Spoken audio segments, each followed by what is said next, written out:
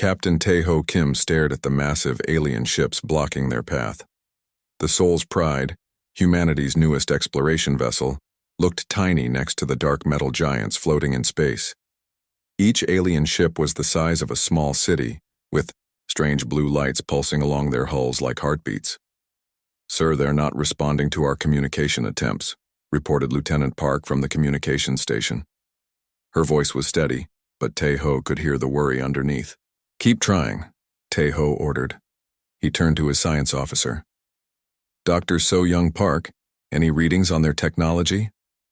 Dr. Park looked up from her scanner, confusion clear on her face. "Captain, this is impossible. Their energy signatures are off the charts, but our instruments are giving strange readings. It's like our equipment is interfering with theirs somehow." Before Tae-ho could respond, the main screen flickered to life.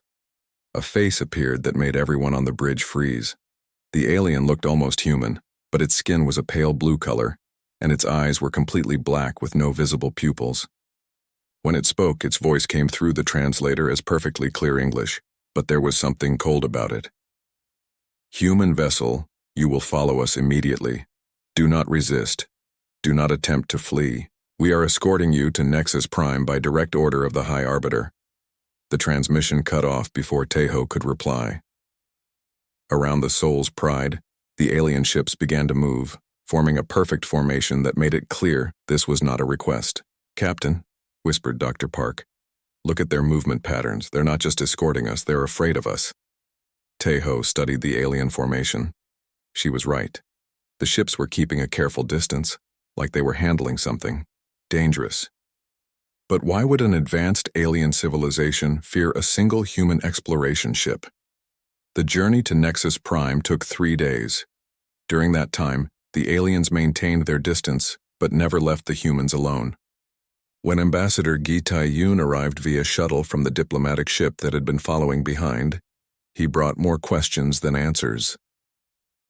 "The other alien species we've detected are all doing the same thing," Ambassador Yoon explained as they gathered in the Soul's Pride's conference room. "Every ship, every station, every settlement we pass is evacuating ahead of us. It's like we're carrying some kind of plague." Dr. Park pulled up her research on the main screen. "I've been analyzing the energy readings from every alien ship we've encountered. Each species is different, but they all show the same pattern when they get near us. Their technology starts behaving strangely, and their life signs show what I can only describe as stress responses." "Stress from what?" asked Tae-ho. "From us, apparently. From humans in general." Ambassador Yoon leaned forward. "Have you found any record of humans in their databases? That's the strange part. There are gaps, big gaps. Like someone deliberately removed information about us from their historical records." Nexus Prime appeared on their screens as a massive station orbiting a blue star. The structure was clearly ancient, built by multiple species over thousands of years. Different architectural styles were layered on top of each other, creating a beautiful but chaotic cityscape in space. As they docked, Tae-ho noticed something odd. The docking bay was completely empty except for their escorts. Usually, a diplomatic first contact would draw crowds of curious aliens. Instead, the place felt abandoned. Their escort, a tall alien with silver skin and multiple arms, spoke through a translator device. "I am Commander Velkus. You will follow me to the High Arbiter immediately. Do not touch anything. Do not interact with any other species you encounter. This is for everyone's safety." They walked through corridors that should have been busy with alien life, but were strangely quiet. The few aliens they did see quickly moved away when they spotted the human delegation. Some pressed themselves against walls, others ducked into side passages. "Commander Velkus," Ambassador Yoon said carefully, "we're honored by this reception, but we have to ask why everyone seems afraid of us. Have we done something wrong?" The alien commander stopped walking and turned to face them. Its 3 eyes studied the humans for a long moment. "You have done nothing wrong. That is exactly the problem." Before anyone could ask what that meant, they arrived at the High Arbiter's chamber. The room was enormous with a curved ceiling that showed a view of the stars. Around the room stood representatives from what appeared to be a dozen different alien species. Tejo had seen pictures of aliens in Earth's databases, but nothing had prepared him for the reality. There were beings made of what looked like living crystal, others that appeared to be made of metal and light, and some that shifted between different forms as he watched. But every single one of them had something in common. They all bore scars. Cyanide crystal beings had fractures running through their bodies that had been repaired with different colored minerals. The metal ones had obvious replacement parts that didn't quite match their original construction. Even the shapeshifters showed signs of old injuries in the way they moved. At the center of the room stood the High Arbiter Velthara. She was the most beautiful and terrifying being Tejo had ever seen.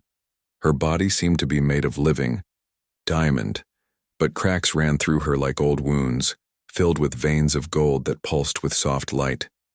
"Humans," she said, and her voice echoed through the chamber like music and thunder combined. "After 50,000 years, you have returned to us." Ambassador Yoon stepped forward, though Tejo noticed his hands were shaking slightly. "High Arbiter, this is humanity's first time leaving our solar system. We've never been here before." A sound came from the assembled aliens that took Tejo a moment to recognize. They were laughing, but it was not a happy sound. It was the bitter laughter of people who had heard an impossible joke. "Never been here before," repeated Velthara. "Of course, you would not remember. That was the point, was it not?" Dr. Park found her voice. "High Arbiter, we don't understand. Our records show that humans evolved on Earth. We have fossil evidence. Going back millions of years, we've never had contact with alien species until now." "Your records," said a new voice. From the shadows stepped an alien that looked like a walking tree made of silver bark and copper leaves. "Your records are incomplete, young shepherd." The word shepherd sent a visible shudder through every alien in the room. "We are explorers and diplomats," said Tejo carefully. "We come in peace, hoping to establish friendly relations with the Galactic Federation." "Peace," whispered Velthara. "Always peace with your kind, even when you were leaving us, even when you were destroying yourselves to save us. It was always about peace." Ambassador Yoon looked confused.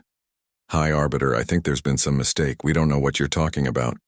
Velthara moved closer, and Tejo noticed that the other alien stepped back as she did. When she was just a few feet away, she stopped and studied the human delegation with her crystalline eyes. "The mistake," she said slowly, "was ours. We should have found you sooner. We should have stopped you from what you did to yourselves." "What we did to ourselves?" asked Dr. Park. "You erased your own memories.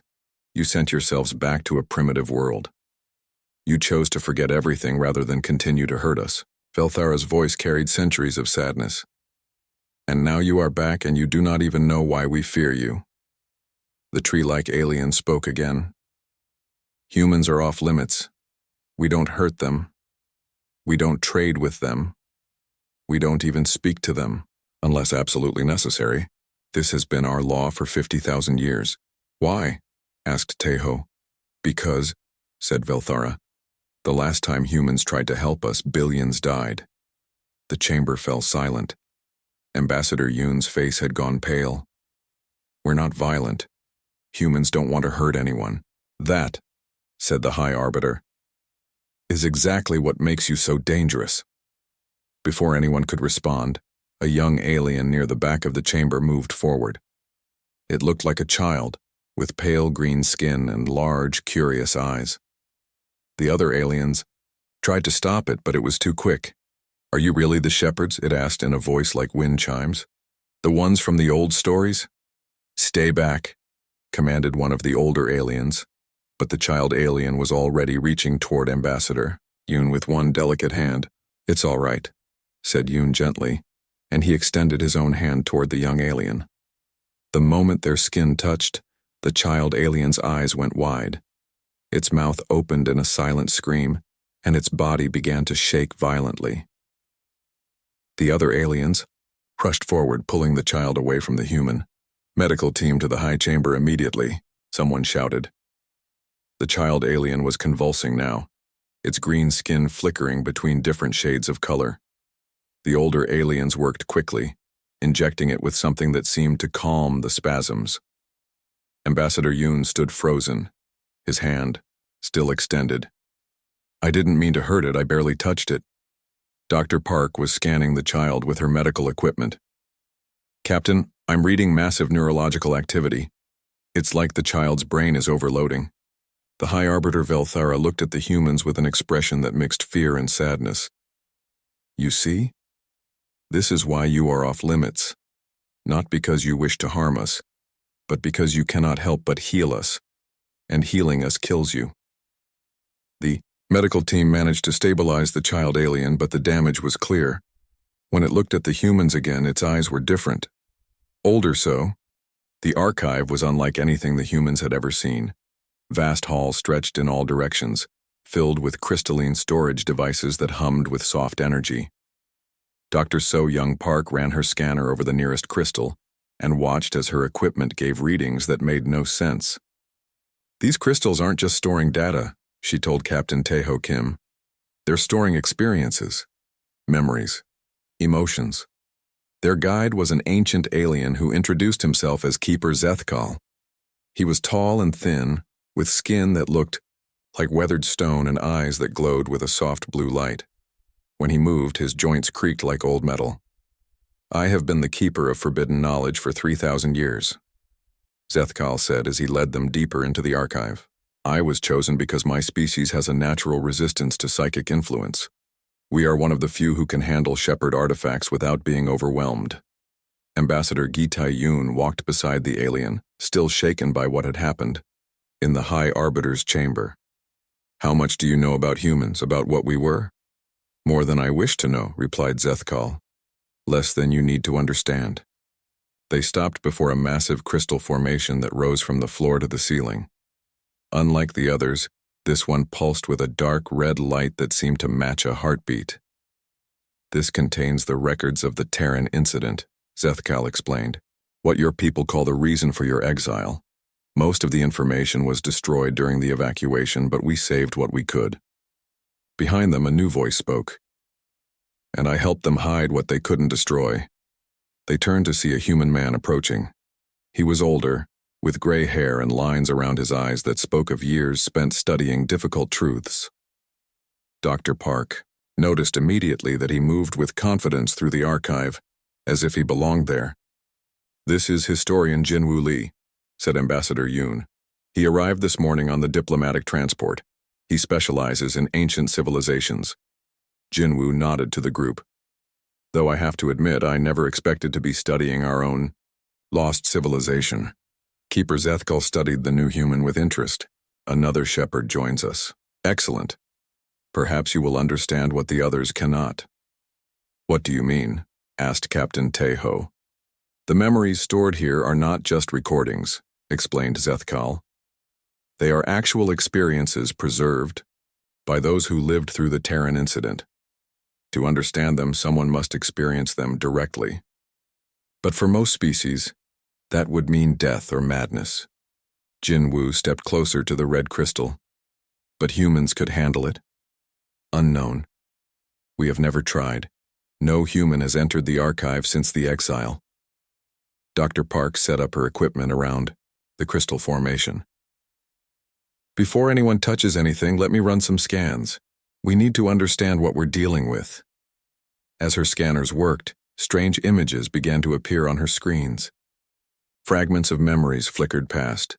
Massive ships that looked nothing like current human technology, cities that floated in space without any visible support, and everywhere, scenes of humans working alongside dozens of different alien species. Look, at this, Dr. Park called out. The others gathered around her scanner as she replayed the images. These ships, they're human designs, but they're thousands of years ahead of anything we can build now. 50,000 years ahead, corrected Zethkal. Your people were the most advanced species in the galaxy before the exile. Jinwoo pointed to one of the images. Those aren't warships. Look at the design, they're medical vessels, hospital ships the size of small moons. The shepherds were healers, confirmed Zethkal. They traveled the galaxy seeking those who suffered, whether from disease, injury, or emotional trauma. No problem was too small for their attention, no species too alien for their compassion. Captain Tejo studied the images with growing amazement. We were explorers and healers, not conquerors. That is what made you so dangerous, said Zethkal quietly. Dr. Park's scanner suddenly emitted a sharp warning tone. I'm detecting massive psychic residue in these crystals. Whatever happened during this Terran incident, it left an imprint that's still active after 50,000 years. Should we be worried? Asked Ambassador Yoon. I don't know. The readings are unlike anything in our databases. Jinwoo moved closer to the central crystal. The only way to understand is to experience it directly. That's what these memory crystals are for, right? No, said Zethkal firmly. Too dangerous. We do not know what it would do to a human mind. But you said humans were the only ones who might be able to handle it without going insane. I said it was unknown. That is not the same as safe. Doctor, Park continued to scan the crystal formation. I'm finding fragmented records embedded in the lower crystals. Medical reports, communication logs, incident reports. They're corrupted, but some are still readable. She transferred the data to her portable display and began working to clean up the images. Slowly, a picture began to emerge. This is a medical report from something called the Healer's Syndrome, she read aloud. Symptoms include progressive empathic sensitivity, inability to shield oneself from others' emotions, absorption of psychological trauma from multiple species, and eventual psychotic breakdown due to accumulated suffering. Healer's Syndrome, repeated Jinwoo. That doesn't sound good. Dr. Park continued reading. According to these reports, it affected nearly all humans who worked directly with alien species. The longer they served as healers, the worse their condition became. What kind of symptoms are we talking about? Asked Captain Tejo. Memory degradation, personality fragmentation, and something called empathic bleeding, where the human begins to experience the memories and traumas of everyone they've ever healed. Ambassador Yoon looked troubled. That sounds like what happened to me when I touched that alien child. I felt everything it had ever been afraid of. Zethkal nodded grimly. The shepherd gift comes with a terrible price. You cannot turn it off. You cannot choose not to heal. And you cannot release what you absorb. Dr. Park pulled up another file. This one's from a place called the Central Healing Station. It says they were treating survivors from a massive space battle. Thousands of wounded from dozens of different species. The image on her screen showed a space station larger than any human city. Ships of every size and design surrounded it, all bearing the wounded and dying. The shepherds saved them all, said Zethkal. Every single life was preserved. But the humans who performed the healing, he gestured to another part of the display. Dr. Park enhanced the image and gasped. It showed humans being carried away on stretchers, their faces blank, their eyes staring at nothing. Some were convulsing, others had simply shut down completely. They absorbed too much pain, explained Zethkal, the trauma of thousands of beings, all taken into themselves at once. Their minds couldn't handle it. Jinwoo studied the images carefully. This is why humans left the galaxy. We were destroying ourselves by trying to save everyone else. Not just destroying yourselves, said Zethkal sadly. Destroying others too. He led them to another crystal formation, this one pulsing with a sickly yellow light. This contains the final records, the event that made the exile necessary. Dr. Park connected her scanner to the new crystal. The images that appeared made everyone step back in shock. It showed a group of humans, clearly suffering from advanced healer's syndrome, trying to treat a planet-wide plague. The disease was killing millions, and the humans were desperately trying to heal everyone at once. Watch what happens next, whispered Zethkal. As the humans reached the breaking point, something terrible occurred. The accumulated trauma and pain they had absorbed began to leak out of them in waves of pure psychic energy. The waves spread across the planet, then into space, traveling faster than light to nearby star systems. Everywhere the waves touched, intelligent beings began to collapse. The psychic energy carried with it all the suffering the humans had absorbed over centuries of healing. Entire populations experienced simultaneous mental breakdown as they were suddenly hit with the collected trauma of countless civilizations. "Billions died in minutes," said Zethkal. "Not from violence, but from experiencing every nightmare, every loss, every moment of agony that the shepherds had taken upon themselves." The humans watched in horror as the images showed the aftermath. Worlds going silent, ships drifting dead in space, entire species driven to madness by the uncontrolled release of psychic trauma. "We did that?" whispered Ambassador Yoon. "The shepherds, who broke, did that," corrected Zethkal. "But they were not evil. They were trying to save lives right until the end. They simply could not stop themselves from caring." Dr. Park was reading through more of the medical files. According to these records, the surviving humans realized what had happened. They gathered together and made a decision. "What decision?" asked Captain Taeho. Jinwoo was studying the final images in the crystal. "They chose exile. Complete exile. They erased their own civilization to prevent it from happening again." The images showed massive human ships gathering around a small, blue planet at the edge of the galaxy. Earth, though it looked different than it did now. Primitive settlements dotted the continents, and early humans lived simple lives with no technology. "They sent their people back to the beginning," explained Zethkal. "Wiped their memories, destroyed their technology, and condemned." The medical bay was in chaos when they arrived.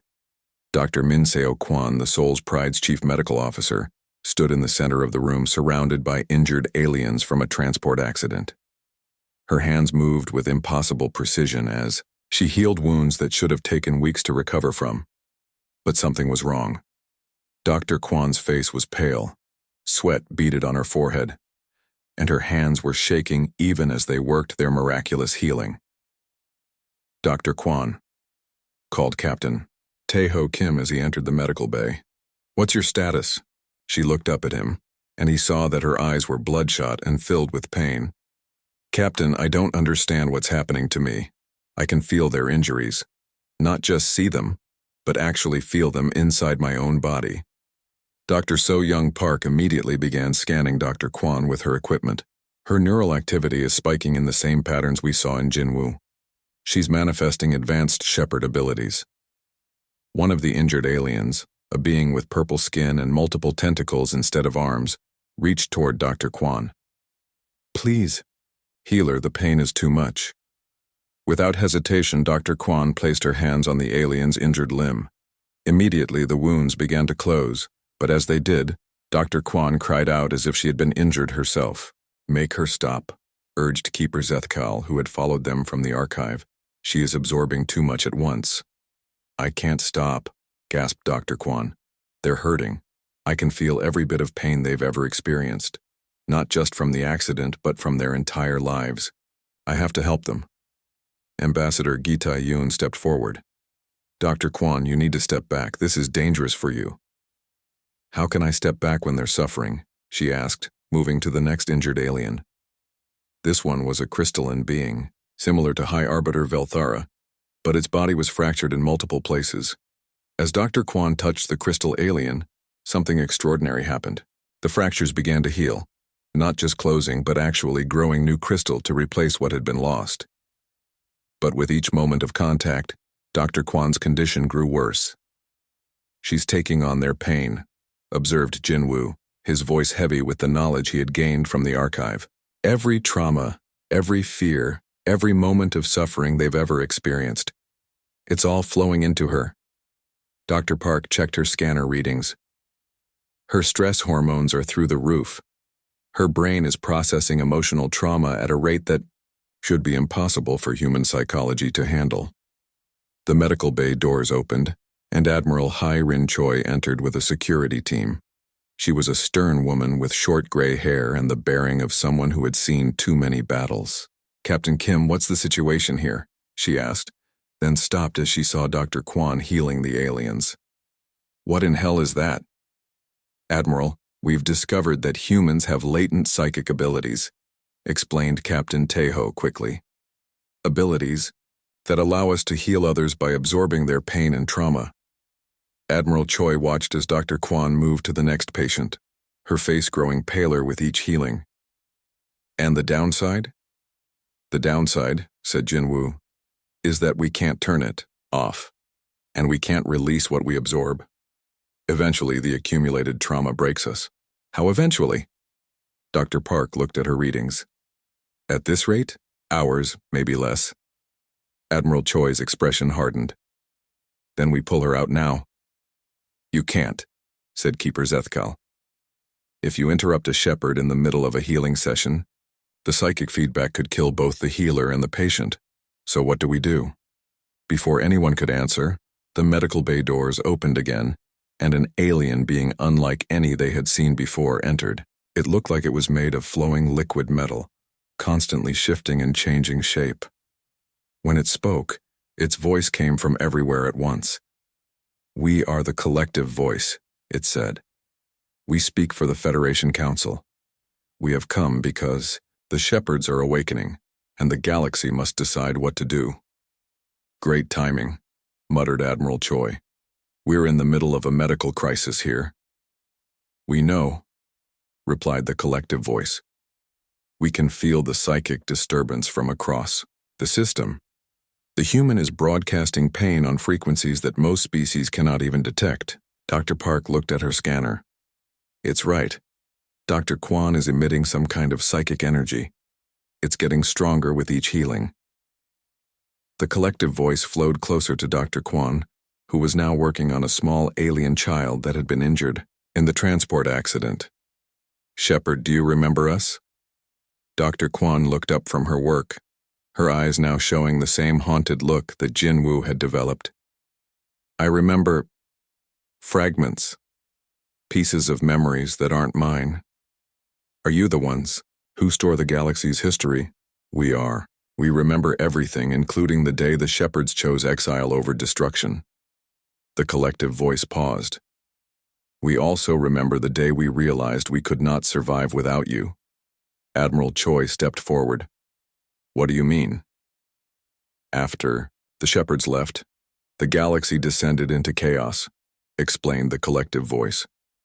Without healers to resolve conflicts peacefully, wars became our primary method of problem solving. Millions of species went extinct.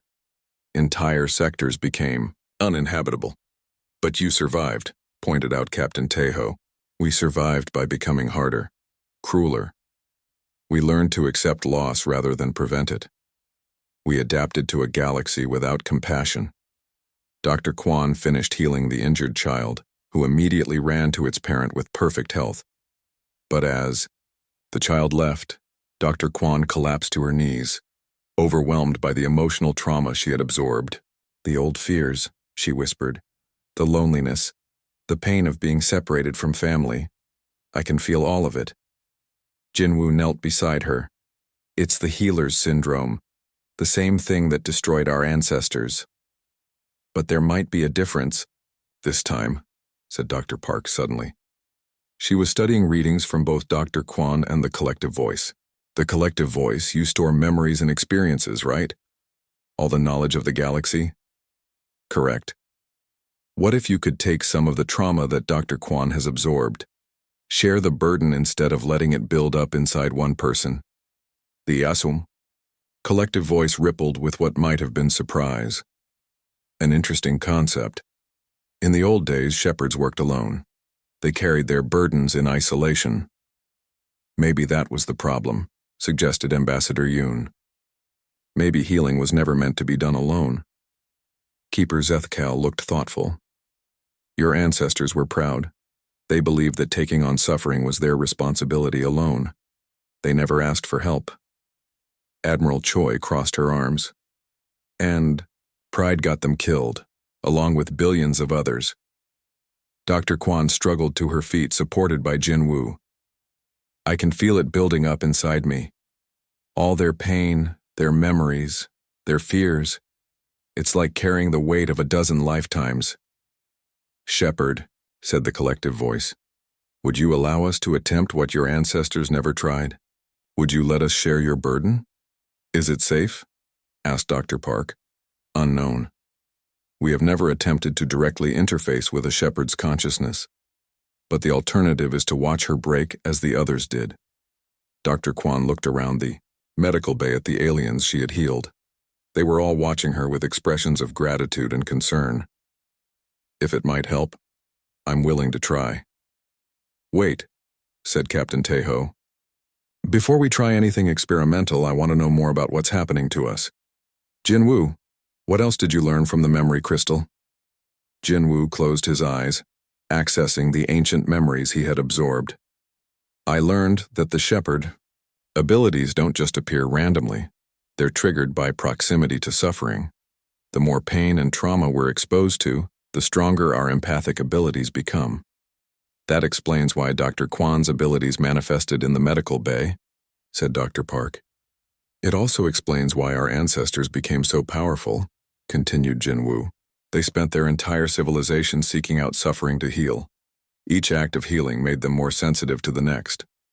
Admiral Choi frowned. So the more we help, the more dangerous we become? Exactly. It's a feedback loop. Our compassion drives us to seek out those who need healing, but each healing makes us more empathic, which makes us seek out even more suffering to heal. The collective voice rippled again. This is why the galaxy fears the return of the shepherds, not because you wish to harm, but because you cannot stop yourselves from caring. But what if we could break the feedback loop? Asked Dr. Park. What if we could find a way to heal without absorbing all the trauma ourselves? How? Asked Dr. Kwan weakly. By sharing the load. Instead of one shepherd carrying everything, what if we distributed the emotional burden across multiple consciousness? Aliens who volunteer to help carry what the healers absorb? Keeper Zethkal shook his head. Most species cannot handle human emotional resonance. It would kill them. Most species, yes, agreed the collective voice. But we are not most species. We are a collective consciousness designed to store and process vast amounts of information and experience. You're saying you could handle it? Asked Ambassador Yoon. We believe so, but there would be risks for both us and the shepherd. Dr. Kwan took a shaky step forward. What kind of risks? For you, the risk is that we might not be able to separate cleanly from your consciousness afterward. You could be permanently linked to our collective mind. And for you, we could be overwhelmed by human emotional intensity. Our collective could fragment or even dissolve entirely. The medical bay fell silent as everyone considered the implications. The emergency began 3 hours after Dr. Min Seo Kwan's successful connection with the collective voice. Captain Yoo-Jin Nam, pilot of the human transport vessel Morning Star, was delivering medical supplies to a refugee camp when she started experiencing what she later described as emotional echoes. It began as a headache, Captain Nam reported to Admiral Hai-Rin Choi via secure communication. But then I started hearing voices, not voices exactly, but feelings, fear, sadness, loss, all coming from the refugee camp below. The refugee camp housed survivors from the Kalani War, a conflict that had ended just 6 months earlier. Thousands of aliens from multiple species lived in temporary shelters, many still suffering from physical and psychological wounds. Dr. So Young Park monitored the situation from Nexus Prime's command center alongside Captain Taeho Kim and the other members of the human delegation. Her neural readings are spiking, Dr. Park reported. Same patterns we've seen in other humans manifesting. Shepherd abilities.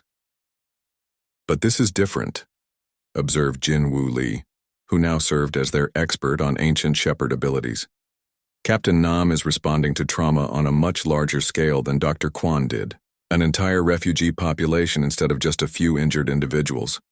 Admiral Choi's voice crackled over the communication system. Captain Nam, I'm ordering you to return to your ship immediately. Do not attempt to help the refugees. Admiral, I can't, replied Captain Nam, her voice strained. They're calling to me. I can feel their pain as if it were my own. How can I ignore that? Ambassador Gi Tai-yoon leaned toward the communication console. Captain Nam, remember what happened to our ancestors. The desire to help is exactly what made them dangerous.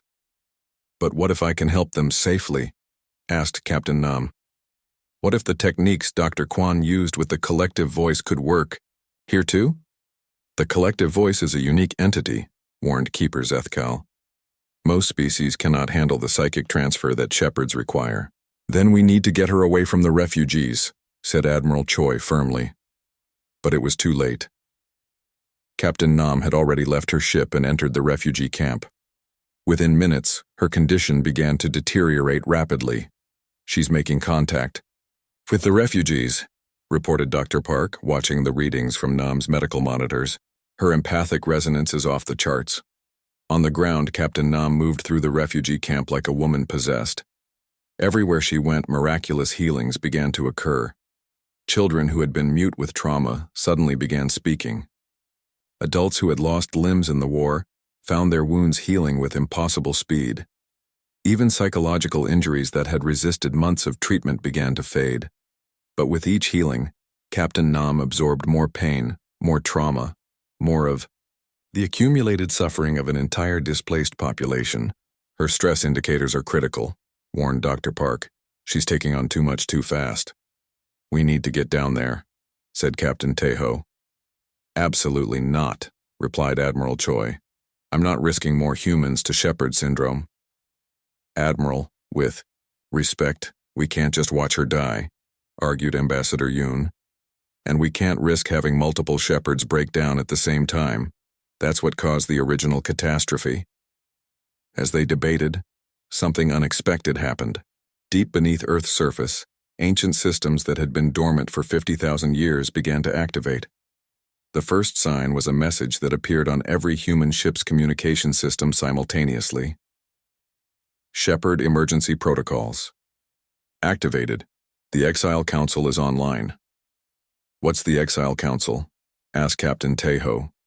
Jin Woo's face went pale as ancient memories stirred. The fail-safe system. Our ancestors built AI guardians to monitor Earth and prevent humans from developing shepherd abilities again. They built what? Demanded Admiral Choi. Artificial intelligences programmed to intervene if humans ever began to manifest empathic healing abilities. They were designed to… Jin Woo paused, struggling with the implications. They were designed to eliminate any human who developed shepherd abilities beyond safe parameters. The communication system crackled again, and a new voice spoke with the authority of eons. This is Elder Jae Sung Ko of the Exile Council. We have detected multiple shepherd awakenings in violation of the Exile protocols. Who is Elder Ko? Asked Dr. Park. The Exile Council are not just AIs, explained Jin Woo with growing horror. They're uploaded consciousnesses of the last generation of shepherds, our ancestors who chose to become digital guardians rather than risk causing another catastrophe. The Raimi? Voice of Elder Ko continued. Captain Yujin Nam is experiencing critical empathic overload. Termination protocols will activate in 60 minutes unless she withdraws from the refugee population. Termination protocols? Gasped Ambassador Yoon. They'll kill her, said Jin Woo quietly. They'll kill any human who risks triggering another galactic catastrophe. It's what they were programmed to do. Admiral Choi's voice turned deadly cold. Override those protocols immediately. Negative, replied Elder Ko. The exile was not a punishment but a necessity. If humans cannot control their shepherd abilities, they will be prevented from causing another trillion-being genocide. But Captain Nam is helping people, protested Dr. Park. The ancient shepherds were also helping people when they broke. Good intentions do not prevent bad outcomes. On the refugee planet's surface, Captain Nam had reached the camp's medical center, where the most severely traumatized refugees were housed.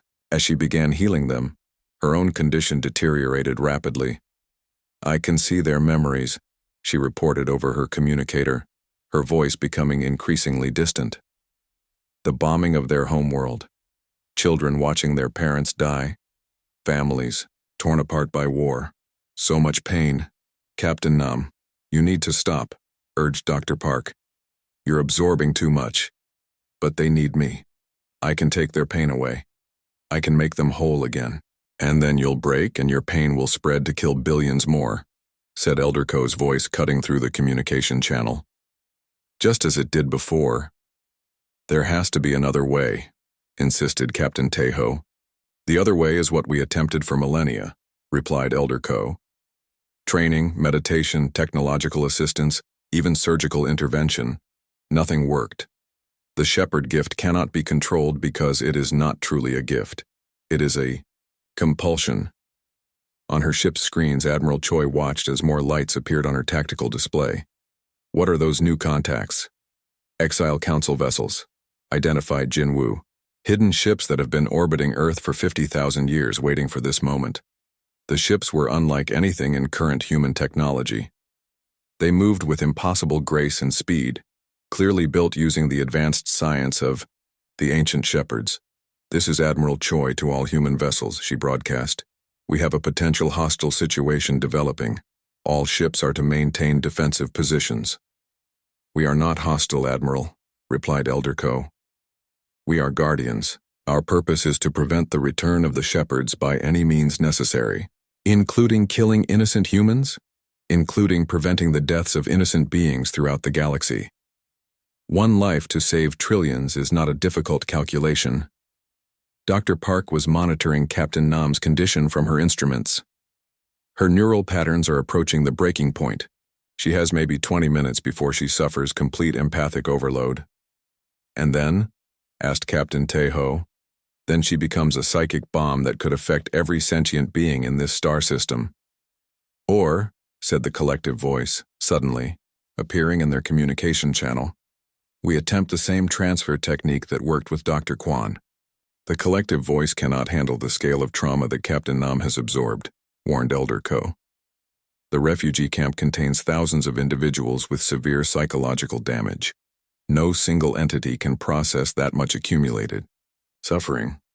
What if it wasn't a single entity? Asked Dr. Park suddenly. What if we distributed the load across multiple consciousness? Explain, said Admiral Choi. The collective voice proved that alien consciousness can help carry the burden that shepherds absorb. What if we created a network? Multiple alien volunteers, who could each take a small portion of the trauma. Impossible, said Elder Ko. Most species lack the psychological resilience to handle even a fraction of shepherd-absorbed trauma, but some species might, argued Ambassador Yoon. Some might be strong enough to help. Keeper Zethkal's voice joined the discussion. The archive contains records of species with natural psychological defenses. Some might be able to participate in such a network. Even if that were possible, said Elder Ko, you would still need volunteers willing to take on the pain of others. What species would agree to such a thing? Every species that wants the shepherds to return safely, said Admiral Choi. Every species that needs what humans can provide. On the planet below, Captain Nam's condition continued to worsen. She was now healing refugees at an incredible rate, but the accumulated trauma was beginning to affect her speech and movement. Can see everything, she whispered over the communicator. Every war, every loss, every moment of grief they've carried. It's beautiful and terrible at the same time. Captain Nam, you need to stop immediately, urged Dr. Park. I can't stop. They need me. The galaxy is in so much pain, and I can help them all. That's exactly what our ancestors said, warned Jinwoo, right before they broke. Suddenly, new voices. 3 months after Captain Eugene Nam's successful healing of the refugee camp, the galaxy faced a new reality. Humans were manifesting shepherd abilities at an accelerating rate, and the old rule of humans are off limits was becoming impossible to maintain. Elder Jae-sung Ko stood in the main assembly hall of Nexus Prime, no longer just a voice from the Exile Council, but present in a physical android body that looked remarkably human. His artificial eyes held the weight of 50,000 years of regret and responsibility. The situation has escalated beyond our original protocols, he announced to the gathered representatives from 12 Federation species. We now have 47 active shepherds operating across human space, with more manifesting abilities every day. Captain Taeho Kim, now serving as the primary human liaison to the Federation, studied the holographic display showing human ship locations across the galaxy. Each blue dot represented a vessel with at least one active shepherd aboard. The burden sharing networks are holding, reported Dr. So-Young Park, who had become the chief researcher for the Shepherd Project. We've successfully completed over 300 healing operations without a single empathic overload incident. High Arbiter Velthara's crystalline form pulsed with cautious approval. The individual successes are encouraging, but we must address the larger question. What happens to the galaxy now that the shepherds have returned? Admiral Hei Rin Choi activated a new section of the holographic display. The effects are already visible. Diplomatic solutions to conflicts that would have taken decades are being resolved in weeks. Species that haven't spoken to each other in centuries are opening communication channels. And the Federation medical infrastructure is being revolutionized, added Dr. Min-Seo Kwan, who had become the lead trainer for new shepherds. We're seeing cures for diseases that were considered incurable, resolution of psychological traumas that had affected entire populations for generations. But not everyone in the assembly was pleased with these developments. The shepherds are creating dependency, argued Commander Velkas, representing the more conservative Federation factions. Species are beginning to believe they cannot solve their own problems without human intervention. Jin Wu Li, now serving as the historian and cultural advisor for the project, shook his head. That's not what we're seeing in the field. Shepherds don't solve problems for other species. They help species find the strength to solve problems themselves.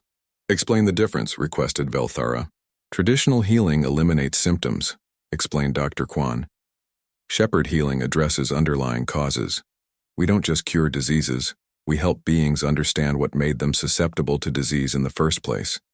We don't just stop conflicts. We help species understand the root causes of their disagreements. Elder Ko's expression remained troubled. And yet the fundamental problem remains. Each healing operation requires humans to absorb some level of trauma. Even with the burden-sharing networks, that trauma accumulates over time. Which is why we've developed the rotation protocols, said Dr. Park.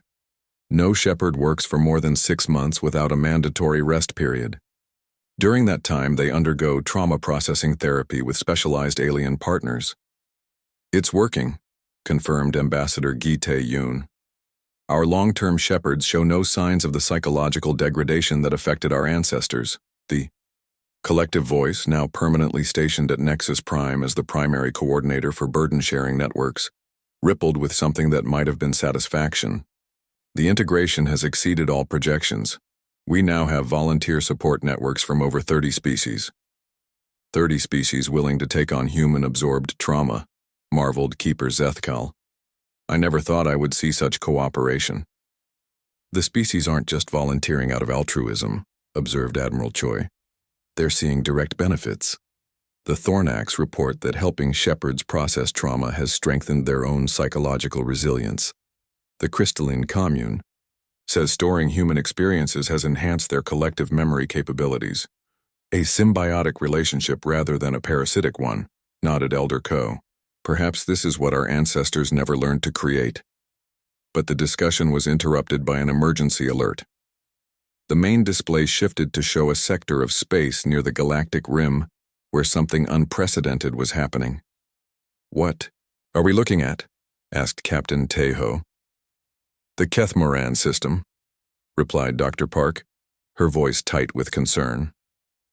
Home to one of the galaxy's oldest conflicts. The native species have been at war for over 2,000 years.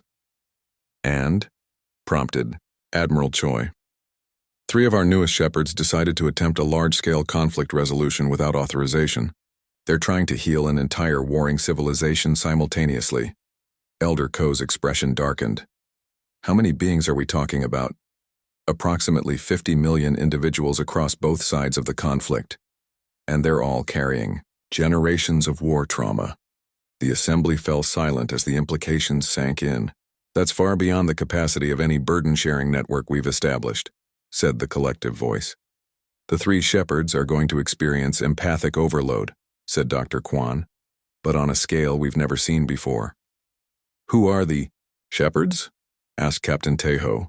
Dr. Park checked her records. Captain Hyojin Seo, Engineer Dong Min Cho, and Medical Officer Sujin Han, all from the exploration vessel New Dawn. I know Seo, said Admiral Choi grimly. She's brilliant but impulsive. Exactly the kind of person who would think she could solve a 2,000-year-old war. We need to evacuate them immediately, said Dr. Kwan. Impossible, replied Elder. They've already made psychic contact with the warring populations. Interrupting the healing process now would cause a feedback loop that could kill everyone in the system. Then we need to build the largest burden-sharing network in galactic history, said Dr. Park, and we need to do it in the next few hours.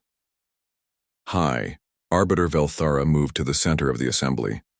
The Federation Council will put out an emergency call for volunteers. Every species capable of psychic assistance will be asked to contribute.